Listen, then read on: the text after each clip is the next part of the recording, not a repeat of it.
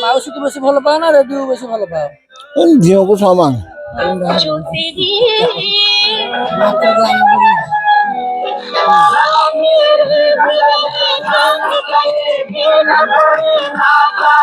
दिन थिला घरे घरे परिचित थिला रेडियो 1895 मसीह आविष्कार होइथिबा रेडियो गोटिए शताब्दी अधिक समय धरी समस्तक अति प्रिय पलटि थिला।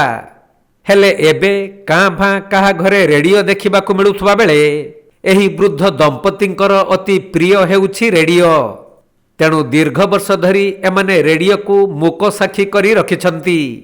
शुणुछंती समाचार गीतिनाट्य पाला गीत आउ प्रधानमंत्री मन की बात भली कार्यक्रम। आज विश्व रेडियो दिवस अवसर में बालेश्वर जिला रेमुणा ब्लॉक साहुपड़ा सरदारपाल गाँवर एही वृद्ध दंपति पद्मलोचन महालिक और रुक्मिणी महालिक को भेटी थिले आम प्रतिनिधि। मो नाम पद्मलोचन महालिक 80 हो गला सेटा मो 30 मसीहा रेडियो केते भल पाओ तो दुनिया रे समाचार सुने आ गीत टा सुने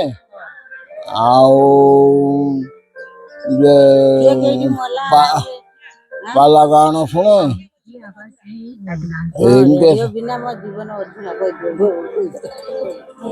रेडियो सकाशे मो सबुटा दुनिया रे खबर बुझी पारछु चलो ना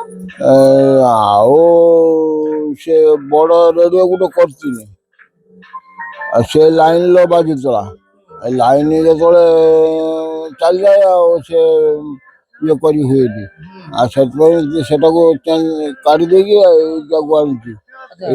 आनी सदा बजू बाजू रेडियो सुनले कौन मन को शांति लगे। हाँ कौन लगे ये मन टा भल लगे बाहर कथा टे शुणे आते गीत फित दिए शुणे गीत नाट्य पाला गान एमती सब दिए मुझे शुणे। माउसी को बेसी भल पाओ ना रेडियो बेसी भल पाओ झील को सामान कहीं सी मो सेवा करुचु रेडियो शुणे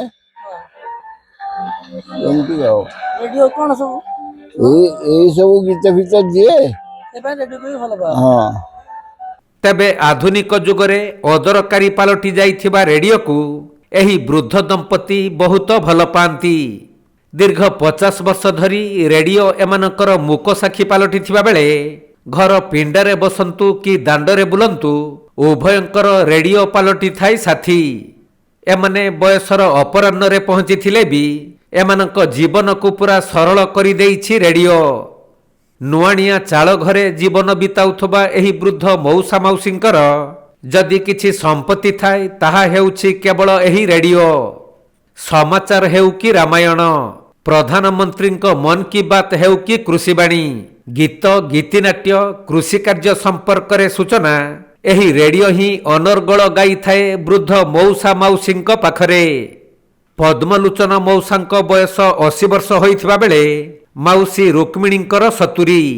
दीर्घ 50 वर्ष धरी रेडियो तांकर साथी होइछि। बाटरे जाउथबा लोके घड़िए अटकी जाई शुणंती रेडियो को।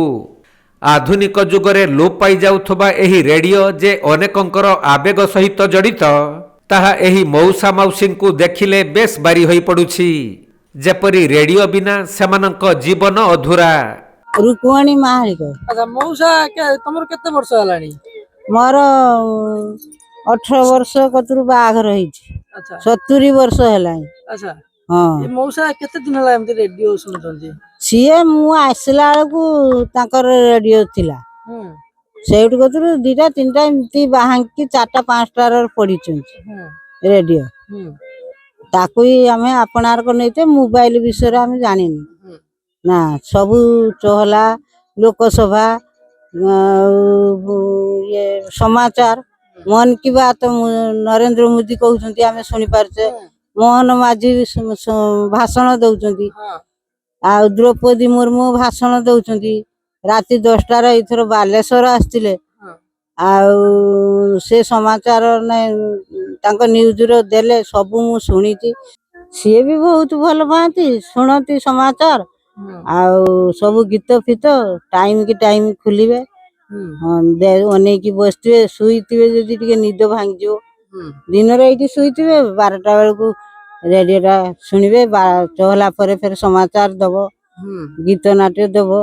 ଏମିତିଆ ସବୁବେଳେ ଆମେ ତାକୁ ଆପଣେଇ ତ ବହୁତ ଭଲ ପାଉଛେ ରେଡ଼ିଓକୁ। ତମକୁ ବେଶୀ ଭଲ ପାଆନ୍ତି ନା ରେଡିଓ ବେଶୀ ଭଲ ପାଆନ୍ତି? ମତେ ବି ଭଲ ପାଆନ୍ତି, ମୋ ଠାରୁ ଆହୁରି ରେଡ଼ିଓକୁ ବହୁତ ଭଲ ପାଆନ୍ତି। ତେବେ ରେଡ଼ିଓରୁ ଟିଭି ଆଉ ଏବେ ଟିଭିରୁ ଯୁଗ ସ୍ମାର୍ଟଫୋନରେ ପହଞ୍ଚିଥିବା ବେଳେ ଏମାନେ କିନ୍ତୁ ଛାଡ଼ି ପାରିନାହାନ୍ତି ନିଜର ପୁରୁଣା ରେଡ଼ିଓକୁ।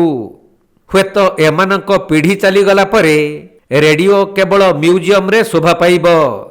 ଆଜି ବିଶ୍ୱ ରେଡ଼ିଓ ଦିବସରେ ଏମାନଙ୍କ ରେଡ଼ିଓ ଓ ତା ସହିତ ଯୋଡ଼ି ରହିଥିବା ପ୍ରେମ ବେଶ୍ ନିବିଡ଼।